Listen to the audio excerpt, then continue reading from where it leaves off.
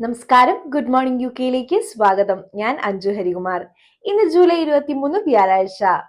ഇന്ന് പരിശോധിക്കുമ്പോൾ ILR skilled worker, student visa ഉൾപ്പെടെയുള്ള UK കുടിയേറ്റ നിയമങ്ങളിൽ പുതിയ ഔദ്യോഗിക മാറ്റങ്ങളൊന്നും പ്രഖ്യാപിച്ചിട്ടില്ല.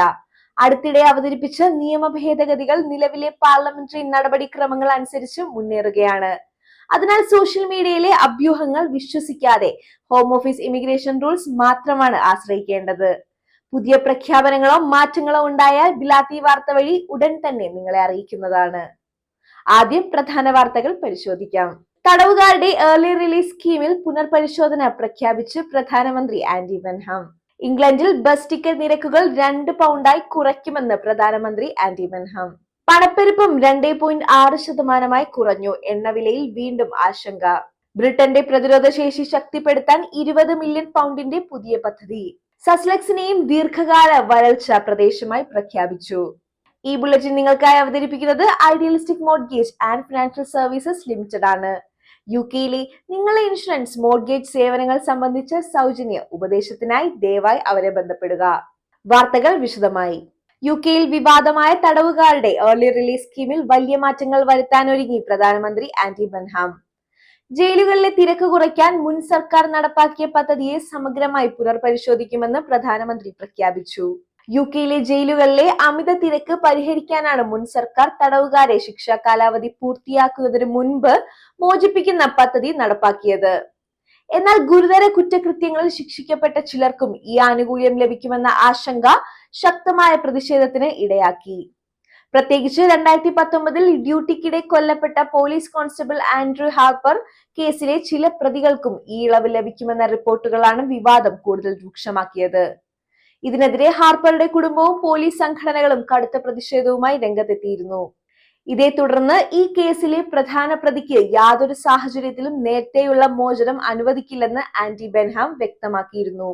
പുതിയ നയത്തിന്റെ ഭാഗമായി ഏതു വിഭാഗം തടവുകാർക്കാണ് നേരത്തെയുള്ള മോചനം അനുവദിക്കേണ്ടത്, ഗുരുതര കുറ്റവാളികളെ എങ്ങനെ ഒഴിവാക്കണം, പൊതുസുരക്ഷ ഉറപ്പാക്കാൻ എന്തെല്ലാം അധിക മാനദണ്ഡങ്ങൾ വേണം തുടങ്ങിയ കാര്യങ്ങൾ സർക്കാർ വിശദമായി പരിശോധിക്കും. UK-യിൽ ജീവിത ചെലവ് കുറയ്ക്കുമെന്ന തിരഞ്ഞെടുപ്പ് വാഗ്ദാനം നടപ്പാക്കുന്നതിനുള്ള ആദ്യത്തെ നടപടിയുമായി പ്രധാനമന്ത്രി ആന്റി ബെൻഹാം. ഇംഗ്ലണ്ടിലെ പ്രാദേശിക ബസ് സർവീസുകളിലെ പരമാവധി സിംഗിൾ ടിക്കറ്റ് നിരക്ക് 2027 ജനുവരി 1 മുതൽ 2 പൗണ്ടായി കുറയ്ക്കുമെന്ന് സർക്കാർ പ്രഖ്യാപിച്ചു.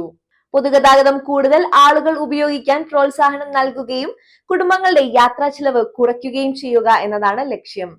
ബസ് സേവനങ്ങൾ ആശ്രയിക്കുന്ന വിദ്യാർത്ഥികൾക്കും തൊഴിലാളികൾക്കും മുതിർന്ന പൗരന്മാർക്കും ഇത് നേരിട്ട് ഗുണം ചെയ്യുമെന്നാണ് സർക്കാർ വിലയിരുത്തുന്നത്. UK-യിൽ ജൂൺ മാസത്തിലെ പണപ്പെരുപ്പ നിരക്ക് 2.6% കുറഞ്ഞത് സർക്കാരിന് ആശ്വാസമായി. ഭക്ഷ്യവസ്തുക്കളുടെയും ഡീസലിന്റെയും വില കുറഞ്ഞതാണ് ഇതിന് പ്രധാന കാരണം.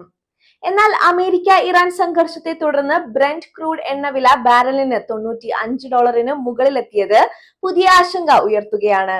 എണ്ണവില ഇനിയും ഉയർന്നാൽ ഇന്ധനവില, ഗതാഗത ചെലവ്, നിത്യോപയോഗ സാധനങ്ങളുടെ വില എന്നിവ വീണ്ടും വർദ്ധിക്കുമെന്നും അതോടെ പണപ്പെരുപ്പം വീണ്ടും ഉയരാൻ സാധ്യതയുണ്ടെന്നും സാമ്പത്തിക വിദഗ്ധർ മുന്നറിയിപ്പ് നൽകുന്നു. രാജ്യത്തിന്റെ പ്രതിരോധ ശേഷി കൂടുതൽ ശക്തിപ്പെടുത്തുന്നതിനായി ഹൈപ്പർസോണിക് ലക്ഷ്യ സാങ്കേതിക വിദ്യ വികസിപ്പിക്കാൻ 20 മില്യൺ പൗണ്ടിന്റെ പുതിയ കരാർ UK സർക്കാർ പ്രഖ്യാപിച്ചു. പ്രതിരോധ മന്ത്രാലയത്തിന്റെ ദേശീയ ആയുധ വികസന വിഭാഗത്തിന്റെ നേതൃത്വത്തിലാണ് പദ്ധതി നടപ്പാക്കുന്നത്. അതിവേഗ ഹൈപ്പർസോണിക് മിസൈലുകളെ കണ്ടെത്താനും പ്രതിരോധിക്കാനുമുള്ള പുതിയ സംവിധാനങ്ങൾ വികസിപ്പിക്കുകയാണ് ലക്ഷ്യം. ബ്രിട്ടന്റെ സുരക്ഷ വർദ്ധിപ്പിക്കുന്നതിനൊപ്പം നാറ്റോ ഉൾപ്പെടെയുള്ള സഖ്യരാജ്യങ്ങളുടെ പ്രതിരോധ ശേഷിക്കും ഈ പദ്ധതി വലിയ കരുത്താകുമെന്ന് സർക്കാർ വിലയിരുത്തുന്നു. ഹാംഷയറിനും ഐൽ ഓഫ് വൈറ്റിനും പിന്നാലെ സസ്ലക്സിനെയും പരിസ്ഥിതി ഏജൻസി ദീർഘകാല വരൾച്ച മേഖലയായി പ്രഖ്യാപിച്ചു. മഴയുടെ കുറവ് കാരണം ജലസംഭരണികൾ താഴ്ന്ന നിലയിലാണ്. ജലസംരക്ഷണ നടപടികൾ ശക്തമാക്കാനും ആവശ്യമെങ്കിൽ കൂടുതൽ നിയന്ത്രണങ്ങൾ ഏർപ്പെടുത്താനും ജലവിതരണ കമ്പനികൾ തയ്യാറെടുക്കുകയാണ്. കാലാവസ്ഥാ വ്യതിയാനത്തിന്റെ സ്വാധീനം ഇംഗ്ലണ്ടിന്റെ തെക്കൻ മേഖലകളിൽ കൂടുതൽ പ്രകടമാകുന്നതായും വിദഗ്ധർ ചൂണ്ടിക്കാട്ടുന്നു. ഇതോടെ ഈ വാർത്താ ബുള്ളറ്റിൻ ഇവിടെ അവസാനിക്കുന്നു. കൂടുതൽ വാർത്തകൾക്കായി ഞങ്ങളുടെ ന്യൂസ് പോർട്ടൽ www.uknewsmalayalam.com സന്ദർശിക്കുക. എല്ലാവർക്കും നല്ലൊരു ദിവസം ആശംസിച്ചുകൊണ്ട് നന്ദി, നമസ്കാരം.